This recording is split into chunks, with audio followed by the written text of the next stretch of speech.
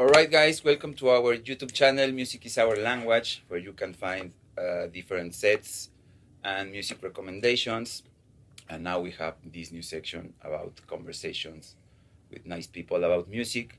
So today we have a very nice premium guest, which is our first one. It's my good friend Kozy from AlpaKa MuziK, Jeff. Hey guys, thanks for having me, Rulas. Welcome to Mexico once again. Thank you.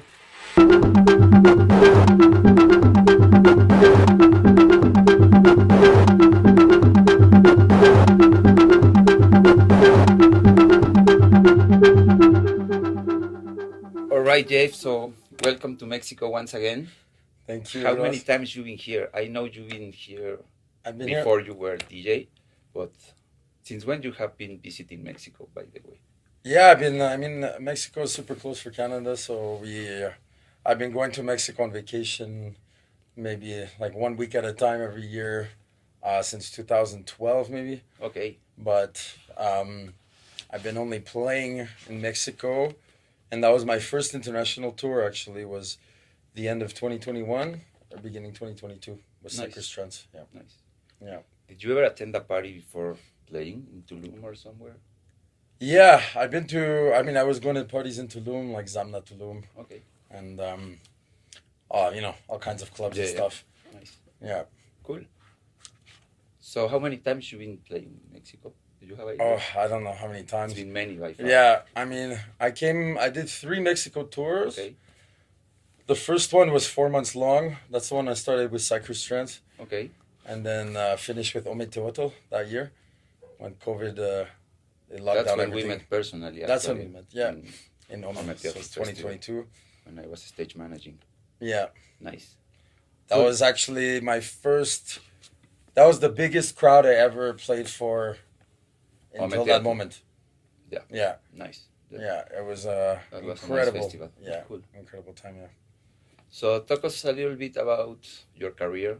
I know it's not like from one day to other. You've been playing music for quite a long time. Yeah. You started playing some drum and bass or something like that? Yeah, it's quite a long story, but when I was to summarize it a little bit, Yeah, I was making long story short. Yeah, exactly. I started. I discovered raves in 2008, and then I've always been the kind of guy to throw house parties. Like the house party ragers at my mom's house when she wasn't, when she was on vacation. Don't tell her. She might see this. But yeah, so in 2009 and 2010, I decided I can do this myself. I started throwing parties, and back then I was throwing like drum and bass and dubstep parties. Nice. So I was DJing drum and bass in Glitch Hop, 2010 to 2015, and that was the start of my DJing. And then after that, kind of discovered techno in 2013-14, and that changed the course of my career. Changed things a little bit. Yeah, exactly. Yeah. Nice. Yeah. So did you start AlpaKa around that time? How? Yeah, so what happened is in 2015, I decided to take a break from the parties and the raves and throwing events and go back to school and finish university and stuff. And then I finished school a couple years later, 2017, went on a trip to Peru. And in Peru, I met alpacas, the end animal. Okay, personally. Yeah, personally. So when I went to Peru, I met alpacas, and this is, a lot of people ask me this question about where the name alpaca comes from. Alpaca, yeah. And it's because I was posting pictures of me holding like baby alpacas and chilling with alpacas on Facebook like every day, documenting my trip. Yeah. And then after like a couple weeks of my trip in Peru, people started tagging me in photos of alpacas and videos of alpacas every day, like 4 times a day. It was getting ridiculous. Nice. So in 2017, I came back to the rave scene. I was like, I want to start a new company with a techno, new genre, higher quality production for events. Yeah. And then I was looking for the name, and the name AlpaKa stuck. And then we started AlpaKa Productions, which is the event company. And that was 1 year before the label started. Yeah. Okay. Yeah. You kind of follow in love with alpacas. Yeah, a little bit. Yeah, they're cool. No, they're under misunderstood animals. Cool. That's awesome. So for people who don't know out there, AlpaKa MuziK, it's a psytech focus label.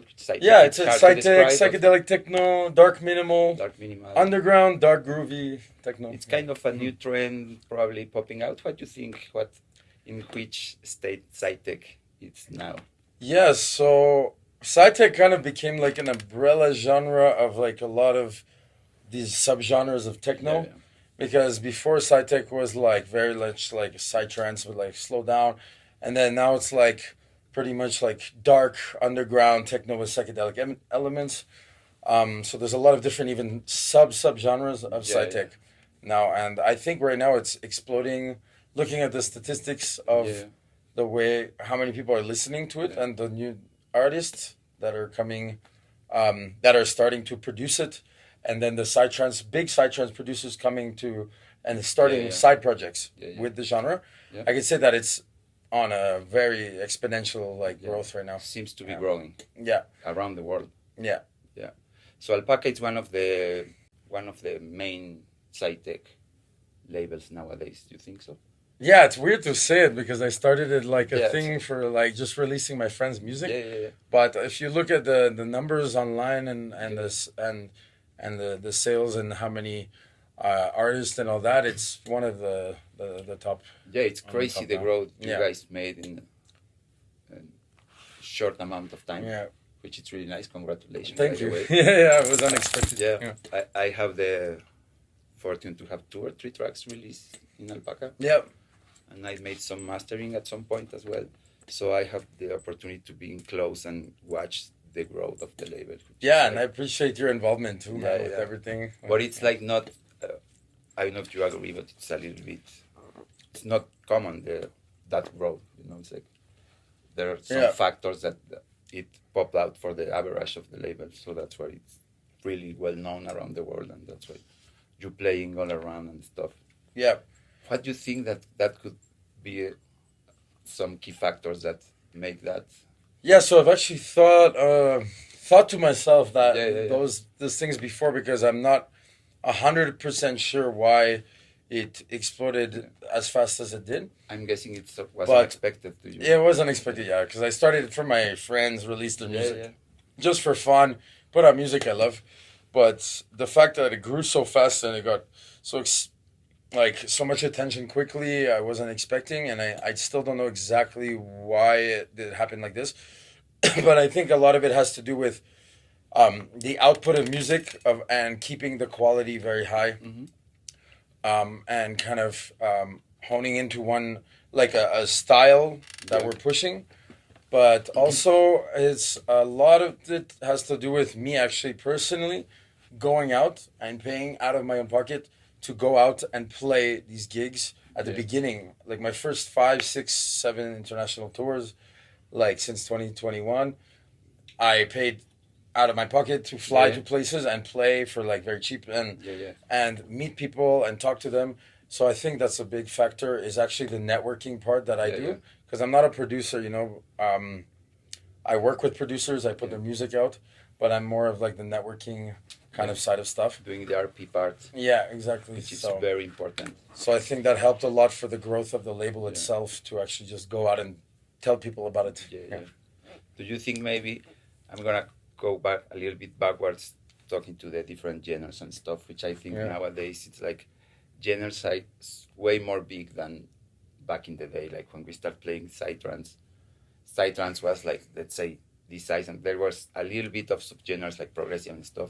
But nowadays, if we talk about psytrance, you can talk from 130 BPM till 200 or something. Psytrance spectrum, it's like huge as well. It's like 100 subgenres. And it's all it's with all genres. And psytech, it's like a subgenre, and inside psytech there is already subgenres already. So it's like it's fractal thing. But maybe, I don't know, but it could be that AlpaKa was one of the first labels that focused on that style, like totally, because it was just starting.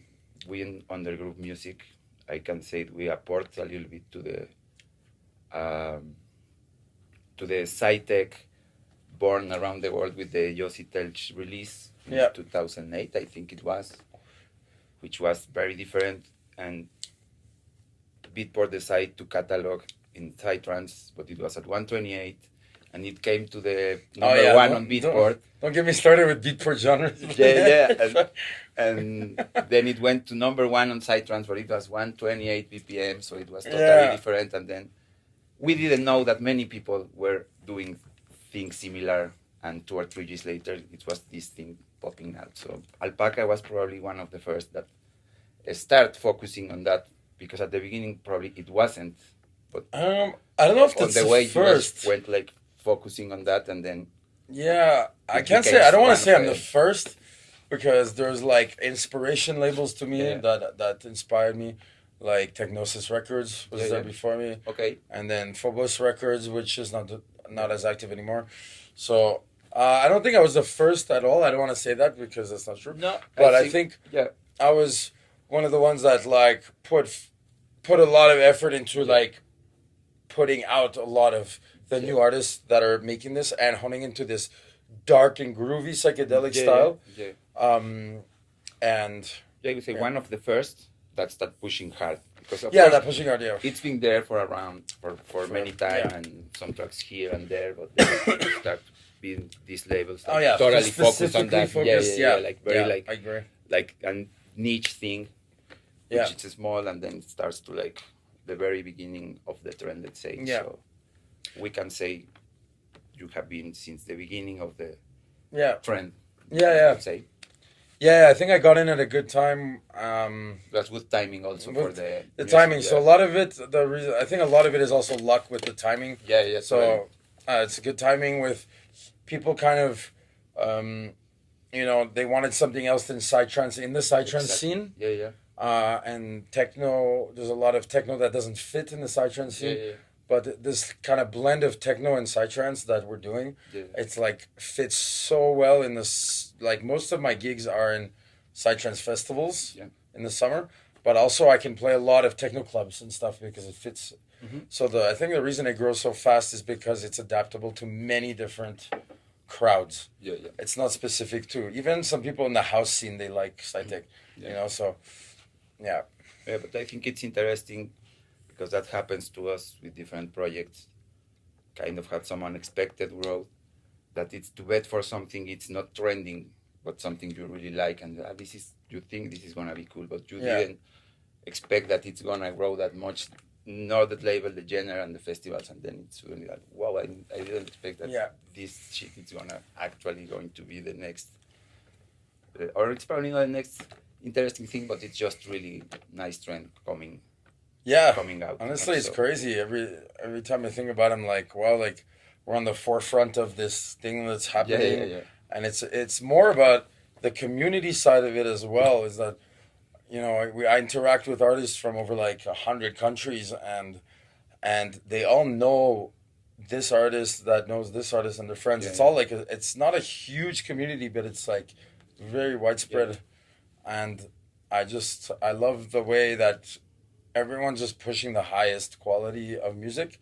And it's not about what you look like or this or like, it's really about like making people dance on the dance floor and like making people want to listen to the music. Yes, I think it's really like dance floor focus. I guess, because it's 100%. Like really banging stuff. Nice. Thanks for sharing that. All right, so talk us a little bit about the set you just played. That was AlpaKa's music?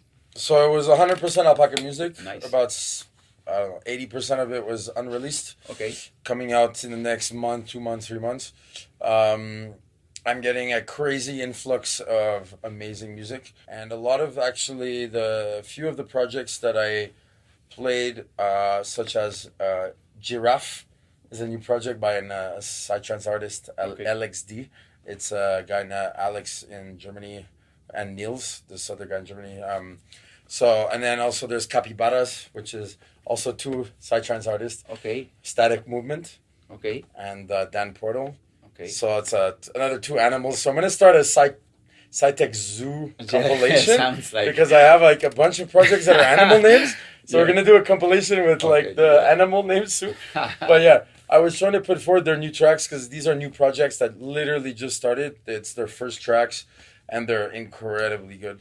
And then there is a few Akari System collabs. Okay. because the Akari system is definitely our top producers now. It's Ari and Rinkadink, if right. people don't know.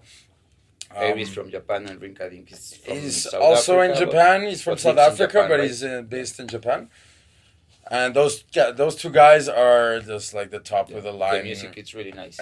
If you guys gonna hear, we're gonna leave just some links in the biography, in the description. Yeah. We'll drop that. So I was trying to present a lot of new projects and a lot of new tracks, collabs, and showcase what's coming to AlpaKa in the next few months. So I hope this mix comes out soon, and then we can showcase all of that. But I'm happy.